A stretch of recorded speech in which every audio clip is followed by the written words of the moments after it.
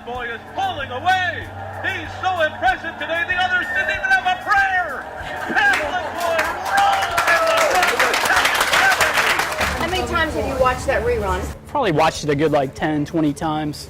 Not only his trip, but the other horses' trips to kind of analyze the race. Does that help you decide what you're going to do next? It helps me decide, it's not all about winning and losing. Sometimes it's about how you do it.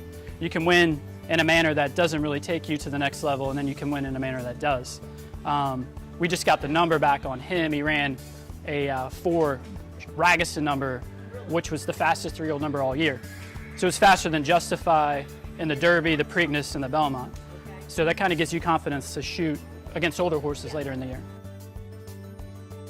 It's kind of like if the best thing you did, like it's a painting or singing or whatever, you had a number equated with whatever your gift is. And there's a lot of things that are taken into equation, because you can't just use your eye all the time, because it just analyzes every step a horse takes in a race versus what every other horse did. In this case, it was a very good number. The fractions were in our favor.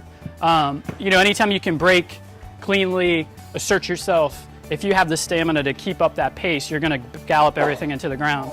So sometimes you have to have faith in your horse's ability and just take them by the scruff of the neck and make them come after you, because it's much harder making up ground versus continuation. It was a matter of planning. I'm a big person about space in between races. Like normally 6 weeks tends to be our best, 6 to 8 weeks. So I don't like running a horse back on short rest. So instead of taking the surfaces, I took the pattern in between. So I used the 6 weeks in between the starts kind of as our guide, because horses, they'll lose 20 to 30% of their muscle mass every time they run. So you have to regroup, and we weigh all of them. And once I get a horse back to the weight that they competed at the best, then I'll go back to running again. So instead of training like the breeze pattern, I train more off of how their weight looks and then how they look. Certainly growing up here, my jump background, gave me a ability to think outside the box and treat them more like horses, where they're not just racetrack horses. Christoph was maybe just a slightly cleaner version of that, where he was a really good horseman. I thought he handled his clients well, but not at the level of Todd. Todd's the complete package. He's the best horseman, best organizer, and then it's a recruiting game, so you need a strong foundation of people to buy these horses for you. So you need money behind you, and you need to educate your owners on what works and what doesn't work. And Todd's done all of those. So like his clientele is the best. He can train his clients as well as his horses, which is important. It means a lot. It's like winning the World Series in Yankee Stadium. It's every good horse in the record book has run over that racetrack at some point in their career. And in the little barn I look back in the history, there's actually been 4 Hall of Fame trainers that have trained out of that barn all the way back to 1900, so the ghosts are there. It's really a tradition laid in place, and our owners always would rather win at Saratoga versus anywhere else. Between the history, kind of how it's recognized in the industry, and just the fun of the place, it's if you're going to get it done, that's the place to do it. Just all his angles, kind of his balanced look, and most importantly, there was something to develop into. I like a horse that's not finished, that has somewhere to go. Yeah, a lot of these guys are really good at a finished product, and if you buy a horse that's finished in the ring or at the sales, then you have nothing to go. You have nowhere to go. You're buying a finished product, So we always look for a horse that's got kind of future ahead of him physically. And, he fit that criteria. 3 things for me. A lot of times I'll look at their heads, and if I don't like their heads, I won't go any further. He had a really good head, intelligent ears, eyes, and I like horses that have the confidence to kind of look past you, and they're serious horses in the sense that they don't, you're just something in their way. I like a horse that's kind of more confident than you are. I hate a kind of like a common-headed horse. And, he didn't have that, but he had great angles. Like, aesthetically, we're all drawn to balance, and he was just super balanced, athletically, and then he walked very clean. And he's not a heavy horse, he's light on his feet, which allows us to kind of, train him and without so far any sort of hindrance. So when I look at a racehorse, I almost look at it like it's out in the wild. If you took 10 horses and you have a lion enter the situation, which one's going to get away and which ones aren't? You know, and a lot of times that's dopey-eyed horses, little short ears, narrow forehead. They're just not very intelligent. And it's true. There's a lot to be said for their intelligence. We've got to work with them and train them. They got to be, you know, part of judging horses is you have to have the ability to back away from them and really judge them, which means you have to not like some of them. And I don't mean to be critical, but the most important thing you can do is actually like take off the bottom layer. And then that allows you to focus on the good stuff and then make a good decision, you know. So, you know, I'm hypercritical, but, you know, when you buy a horse, you're getting married to it. You know, it's your partner. And you don't want to pick the wrong one if you can help it. The best trainers on earth bat at 25%, which means they lose 75% of the time. You have to embrace the fact that failure is a big part of this business. And a lot of people get their feelings hurt easy or are too vested in their horses, and they don't look at them as what they are, you know, performance animals. And Todd never, for lack of better words, BS's anybody. The truth is out there, and how an owner deals with that is up to them. What I can tell you is the people that don't embrace the fact that, you know, you're more unsuccessful than you are successful statistically. It's you know, there's no argument there. Those people tend to fail a lot, you know, and so we're just there to provide information and then how that's digested. But you have to have people learn from their failures, because it happens a whole lot. But if you're in denial, you blame the racetrack, you blame the trainer, you blame situations, and you don't look at the horse for what it is, you're going to cost yourself a lot of money and a lot of emotional equity in the long run. It takes so much to just get in the starting gate. You know, when we had a little press conference, Dale Romans had a great quote.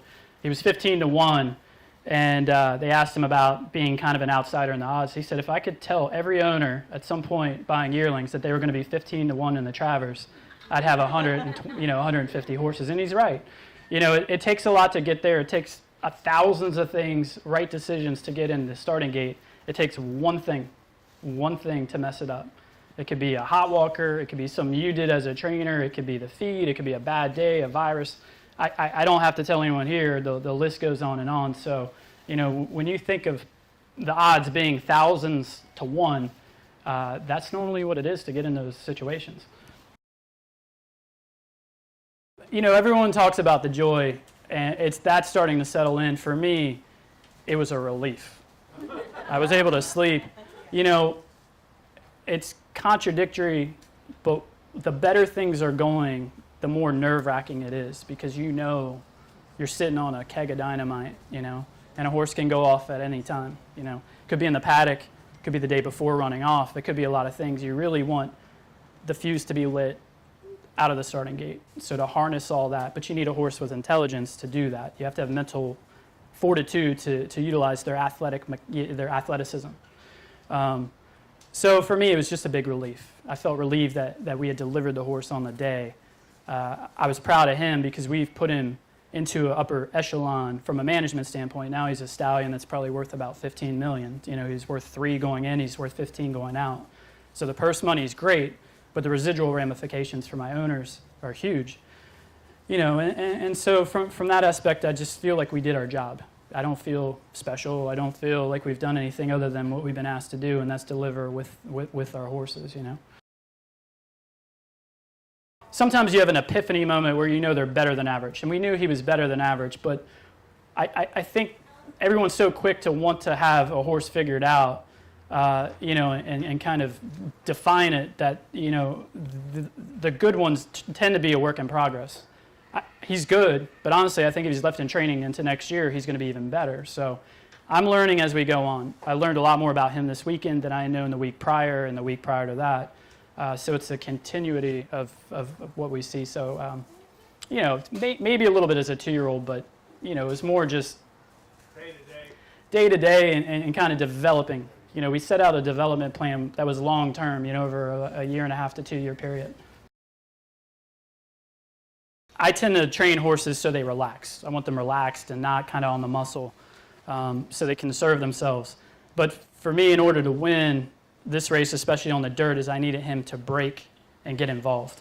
So once we had his final breeze, I didn't gallop him for 7 days. We just jogged him and walked him, jogged, walked, jogged, walked. And he was literally just like a coil ready, to go. And I think that had to do a little bit with his reaction from the gate and ability to get right in it. You can be bolder when you know a horse can get a route of ground. When you know they can get the trip, you can be a little bit more aggressive. Let them get involved and make them come to you. It's a race, you don't want to make it easy on anybody. You want to take it, throw all the cards on the table, make them come after you. Seemed to be a little bit more speed favoring that day, but if you look back through the horses, the better horses were the speedy horses anyway. In that instance, I always defer to the rider. I think you have to let the rider use their gut instinct. I'm not big on instructions. We just let them do what their innate feelings, because things change so quickly in a race. But the plan was to break and go. It's a little unique with what we do because I take them very far as 2-year-olds up to halves and 5/8. I use our training center as basically like a training camp, like the minor leagues. Some of them make it out of there, and those are the horses we train. And the horses that are just okay, you can utilize the 2-year-old sales so someone else can buy them. Because listen, there's a lot of people that would like to have those horses, but they just don't have that next level ability. So we use it as a training camp, and every horse is different in the sense they come around at a different time. You're kind of flash in the pan horses come to hand quickly without any encouragement from us. Then you have the opposite end of the scale where they're slow and they take forever to kind of get together. Those don't tend to be very good either. Then you get the ones right in the middle that have enough young ability but have somewhere to go developmentally so that they can be better horses in the long run. So I use it as a culling mechanism. And sometimes, they're guys at Laurel or Charlestown or, somewhere in the Midwest where those horses are good and they're really useful. But we're trying, if they're not New York capable, then we try to eliminate that. I think the biggest thing is the development that comes through Mother Nature that we have no control over. I mean, the beauty of this business is no matter what technical advancements or, everybody's got a new thing they want to kind of give you or try, you can't fool Mother Nature. And you can't make a horse come to hand any quicker than they're going to on their own. So you have to be patient and let that happen. Now, I don't know if the best analogy is LeBron James. If you saw him play as an All-American in high school, he was just all legs and arms. He was a super athlete, but he was very skinny and he didn't have any muscle. Fast forward 6 years, and you have this finished product that's unstoppable. So, the good horses young have that frame, but you have to let them develop and that frame come along. But Mother Nature does that. You can't buy that. So I think the beauty of this business is horsemanship and patience, can't be overridden, First off, I thought both were good physicals. They were clean-moving horses that looked like you could train them without any kind of conformational interference. First thing we look at is, can we train them? Are they going to stay sound? Is there something that's going to, hinder us? Because there are a lot of things we can live with, and there are a few things that we know for sure we can't, And both horses possess kind of like a clean action. I thought both handle, situations, a lot of times, you should take advantage of adverse conditions with horses. If it's cooler weather or hot weather or loud, or you'll learn way more about a horse in situations like this than you will when things are perfect. Everybody wants things perfect for horses, but you don't learn anything because they don't get tested. So horses out here baking in the sun. Some of them are just couldn't move. Some of them had bright alert action. Some of them were responsive. I like all that stuff because this is the easiest thing they're ever going to do. So you multiply that by 20, and I thought both were very good dispositioned horses. They had good looks. Actually, the whole crew that were left in that last ring, I mean, they all kind of jumped through the hoops. The only thing I picked on at the end were just like little confirmation things that I've not had good luck with in the past. Tell us some of those. What are some of those that you might not have had good luck with? Kind of, for me, when a horse is really close through their hocks, and they're kind of sickle hocked and they're weak behind and very critical of a hind leg, because as they grow, it's funny, in their front ends, their chest will expand, but their hind ends, their hips will expand, but all their hind end conformation will compress. So, you know, if they're close to the hocks now, they're going to get really close to the hocks later, and that's a really hard thing, because then they're tight roping and they're not using their hind end. So you're not getting that propulsion. And then if a horse doesn't have a really clean, big, deep shoulder and neck attachment, you don't have that balance that they use. It all comes down to details, and whoever's getting in stride the easiest and getting the furthest with the least amount of effort is who's going to hit the wire first most times. I do. That's like, I won't ever. There's some instances at smaller sales if I can't be there, but if I'm really putting a client's money on the line, the back ring is my biggest test for them. If they've made it that far, but I jumped off a horse that cost $800,000 in the back ring at Saratoga because of how he acted. He just completely had a meltdown, and it almost looked like he tied up a little bit. He got tight, and and it's hard. We vetted the horse. We've gone through 200 horses. The owner's on the they chomp at the bit when you got that kind of money on the line, and to tell them 2 minutes before, hey, I don't like what I'm seeing back here. It's a hard thing for some people to swallow, but I've learned more about them under pressure situations than not. And then I bought two really nice horses that I'd never seen before in the back ring because of how they acted. One ended up winning like 5 graded stakes for Todd that I bought for under $100,000. And because of how he acted. There's a lot to be said for that. And listen, there's always anomalies and exceptions and things like that. But Todd's father, J.J. Pletcher, is one of the best horsemen I've ever met. And he said, don't ever buy a horse that you're already making an excuse for, because you're going to be making excuses for them their whole career. So if you're going to buy a horse, and all of a sudden, well, maybe it didn't get prepped right, or maybe it hasn't been handled well, or you start overthinking things, you're making excuses for their behavior or their look. 9 times out of 10, you're going to end up with the same horse and inherit those same problems. Like, head would be a big thing for me, but also I've not had a lot of luck with really shallow horses, so meaning the best thing I can compare it to is like a hot dog. When a horse is shaped straight across and it doesn't have depths and it doesn't have angles, that normally means that they're kind of limited in their lung and heart capacity. I really detest a long back horse because they lose some strength and stability through their middle, so they end up being 2 different horses and can't get their action together. Those are things, as far as things we can live with. I mean, turned in horses, turned out horses, offset knees. I mean, if they walk cleanly through those things, oftentimes you can get away with it. We bought a filly 2 years ago, Moonshine Memory. She's won 2 grade 1s as a 2-year-old. She was completely offset in her right knee. But she moved so beautifully through it that it never became a problem, and it's so it's kind of you have to learn what you can live with and what you can't, and the most important thing is not being able to be afraid of failing buying horses, because you're going to learn a lot more about the bad ones you buy than the good ones. There's a lot of those. I think sometimes they can be in a kind of a funny development stage, and those horses get picked on often. I think more than conformation, I think there's pedigrees put them out of fashion and people hop off of them. Believe it or not, Curlin 4 years ago, people completely wrote him off. But you took a horse that broke his maiden early in his 3-year-old year and then went on and had it, but he didn't have 5 furlong dirt sprinting 2-year-olds, so everybody gave up on him. And all of a sudden, Exaggerator was bought for 40 grand or 70 grand, something like that. So I think people are so quick to eliminate horses pedigree-wise that I think a lot of the value comes in if you can kind of beat them to that a little bit.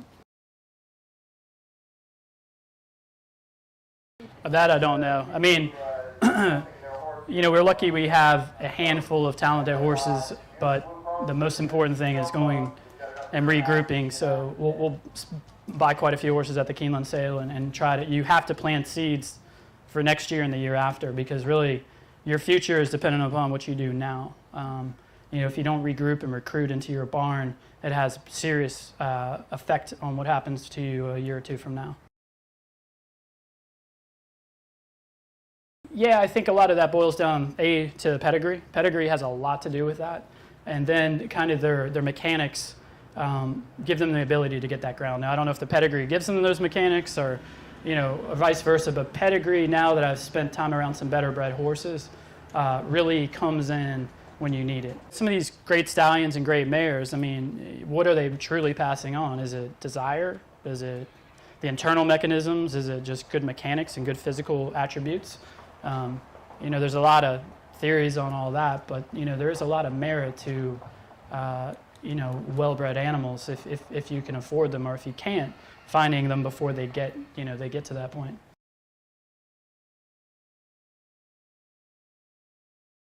We use heart scans and DNA as a negative indicator. So if you have 10 horses you like physically and you like them all the same, and it's kind of like buying a car. If you look at all 10 cars, you want every one of them, but then you can open the hood. One's got a real engine in it. One's got a lawnmower engine in it. Which one are you going to buy? So it doesn't help you buy a horse, but it helps you not buy one.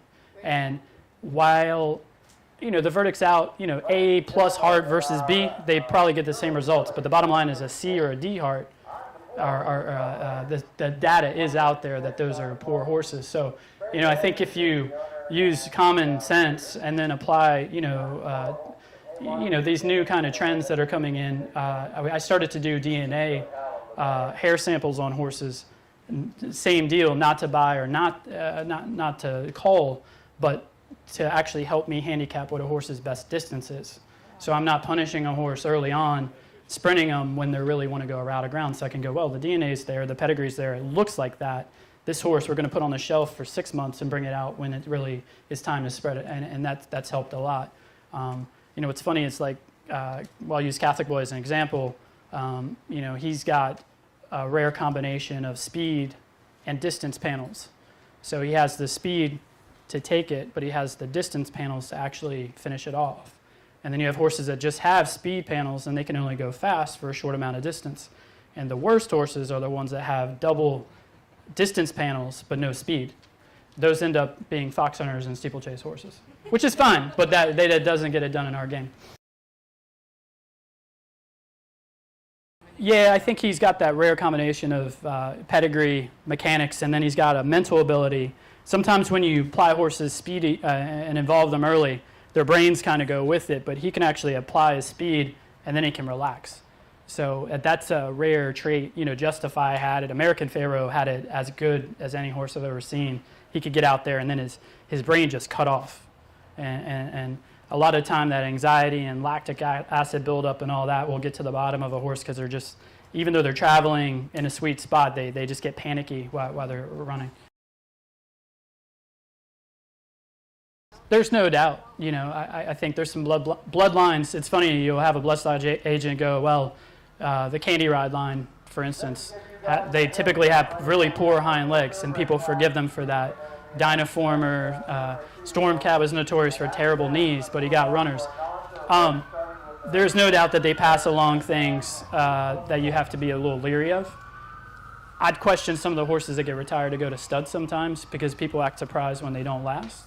That kind of common sense seems to get thrown out sometimes because of financial reasons, but there's a lot to be said. I mean, that's why we have a pedigree page to look at, because they're passing on traits. The more commercially marketable they are, and if they're worth something, people are x-raying them quite often.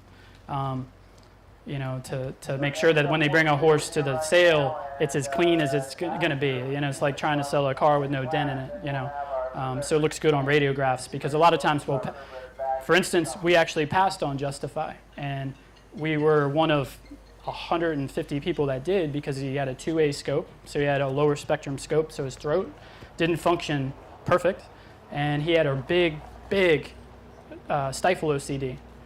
And some horses can run with it, but if it ever bothers them, you can't run them. So everybody was on that horse, but actually because of vet stuff, they failed. So sometimes you have to kind of be subjective about it, and if you really, really like something, you should be willing to overlook some stuff. The main thing would be the different surfaces. We have a turf course, a dirt course, and then we have an uphill tapeta. So we're a rare facility that has a lot of different things to utilize. So I can test the horses on, if you think they're a turf horse, well, I can find out, and we'll know for sure. If they're a dirt horse, we'll kind of figure that out. And I have situations where I can test them and get to the bottom of them. Training is to expose them. You want to put a horse into a situation where they expose their flaws and weaknesses so you can figure them out. If you make everything perfect for them all the time, you're going to learn nothing. And you're not going to take a horse forward if you don't test them. And a lot of times everybody wants to make it really easy on them. I'm not saying you need to train them into the ground and hurt them physically, but you do need to test their internal mechanisms to get a line on if they're worth keeping or not. So I kind of have a program that we've designed to really find out, if we're dealing with an upper tier athlete or just a horse. We had a fellow named John Malone come in and buy the place. We all pay bills to him, DirecTV, Sirius Radio. He's a great guy, very good guy. They love land. He's actually he's the largest private landowner in the country. Everything he buys is an easement. He actually probably owns 1 million acres in Maine. He owns a portion of Southern Virginia, so he's a real kind of giver to the land, but he also loves horses, and they've just helped us implement this top-tier training center. And they're also benefactors to Colorado State University, so I utilize Colorado State for a lot of their kind of advancements in horse husbandry. I think it gives you a strong horse background, and, growing up here, you get a lot of exposure to horses, so a lot of stuff when you get to the racetrack isn't a surprise. I mean, you've kind of been there and done that, and it really allows you to kind of apply your mind to what's going on and listen. I mean, we've all ridden horses through situations or tried things. I think it's just the try and the different scenarios that allow you to kind of get brave. It's funny, like part of Catholic Boy's routine, he goes out in a round pen every day, including the morning of the Travers. And, he had 30 people there taking pictures of him and bucking and rolling on the morning of the Travers. And I had 5 people call me afterwards and say, hey, do you think that's a smart thing to do with your horse? And, it's just that's our program, and it keeps them happy. And, so it's just, maybe it's a little details that kind of help you in certain situations. I was okay at riding. Chucky was very good. So I'm sure a lot of his riding abilities probably play into him, but it was fun. We ran into each other the next morning and, couldn't believe 2 hillbillies got it done up there, and we both eked out a falk gear and, the same fashion, so it was pretty cool. We take everything we feed every 4 months and send it to Texas A&M, and we get it analyzed. And basically for quality control and, just to make sure that we're getting a consistent product into the horses. I think you have to be a little careful. It's more important to use high-quality products, high-quality hay, high-quality feed, fresh feed. Horses internally haven't changed a lot in a million years, but for some reason, there's a new product on the line every day that's going to reinvent your horse. So I think you have to be careful of overdoing it. There's so many supplements and so many things to add. I think if you keep it simple, really, I check blood work all the time. Every horse gets their blood taken every 2 to 4 weeks, and every runner gets their blood drawn before I enter them, or I won't enter them if I don't like it. So minerals, basic forage, hay, all high quality. Watering horses, I know as simple as it sounds, a lot of people don't do that enough for fresh water. Those sort of things, that's really going to go a lot longer than, there's no magic supplement, there's no, there's not a lot in that arena that I think has changed. So keeping it high quality and simple for them so they have a easy way to digest things is really going to help them. I think the one thing that we're probably very aggressive on are ulcers. I'd say a lot of horses have ulcers, and we have kind of some different approaches on how we handle that, and I think that's helped a lot. I think so. The current partnership are all horse enthusiasts, and they like running. So I think they'd like to see him run at 4. However, depending on how the Breeders' Cup goes and the next couple of weeks, I mean, if they're made an offer that just is off the charts and he's solidified, kind of a new legacy and a good stallion barn, it's kind of hard to rob that of the horse. So I don't know. I mean, right now I have faith in the horse that he can even improve into his 4-year-old career. You know, he's sound and he's got all that good stuff going for him. But, you know, part of if you're going to take it next level and get the kind of owners that are going to give you these good horses, you have to help. You know, you have to be cognizant of the commercial end of it. So, as much as I'd like to have him, if we've made him a really good candidate to be a stallion, then I think we have to let that happen. I don't know yet. I mean, there's a soft target at Belmont, but I think he's historically run really well off a break. That I'll probably train him up to the Breeders' Cup just because it's 70 days. It's exactly 70 days between. It's a little too close for comfort for me to slip a race in between, and he's fit. So, like going back to the muscle part of things and regrouping and building him back up, I'd rather spend that time building him back up. This morning, he's done the same thing. He's walks for 30 minutes. He gets turned out for 30 minutes in his round pen, gets a bath, then he grazes for 30. So he gets about an hour and a half outside his stall, and that'll be his thing until I go back up on Sunday. I'm lucky, like Chad Brown and a couple of these guys are really good friends of mine, and there comes a period when you make it or kind of break through a little bit and you get recognized, you know, a little differently than everybody else. And a lot of times the horses you start picking up, they're lateral horses, meaning that they're not top tier horses, but they're kind of the horses that those guys wouldn't have gotten.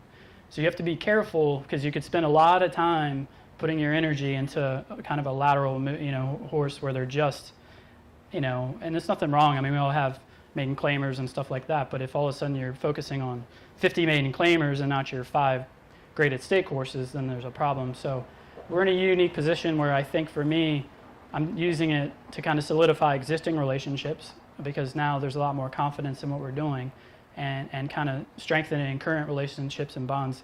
And we're certainly open to the right people coming in, but I'm not just opening my doors by any means. I want to have quality control.